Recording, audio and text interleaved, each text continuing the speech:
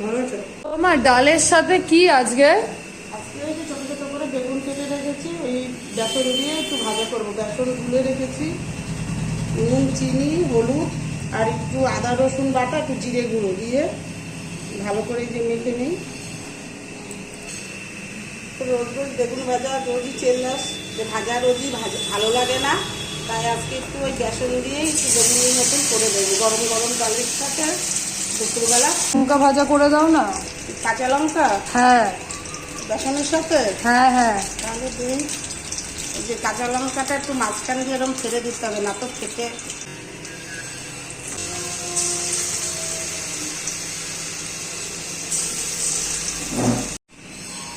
একটা বেগুনি খেয়ে দেখো তো মচমচে হয়েছে কিনা। আমি আগে খাবো, কেউ খাইনি। ঠিক ভালো আছে।